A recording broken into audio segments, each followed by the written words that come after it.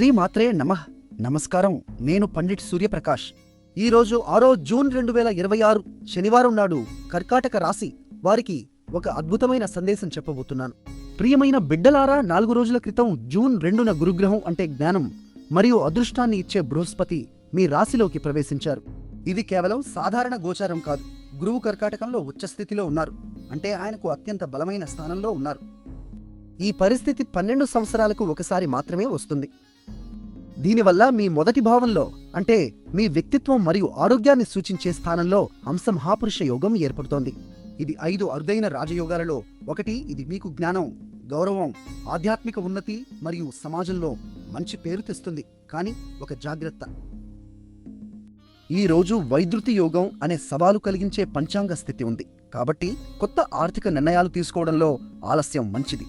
అలాగే చంద్రుడు ధనిష్ట నక్షత్రంలో ఉన్నారు. ఈ నక్షత్రం సంగీతం మరియు లైకు ప్రతీక. ఇది మీ సృజనాత్మకతను పెంచుతుంది. ఈ రోజు మీ అదృష్ట సంఖ్య 3 మరియు పసుపు రంగు ధరిస్తే గురువు ఆశీర్వాదం మరింత బలపడుతుంది.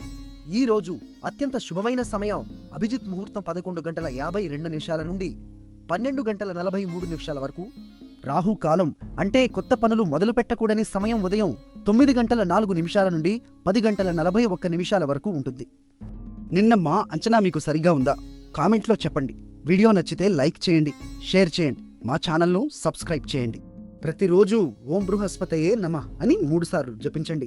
గురుదేవుని కృప మీపై ఎల్లప్పుడూ ఉంటుంది.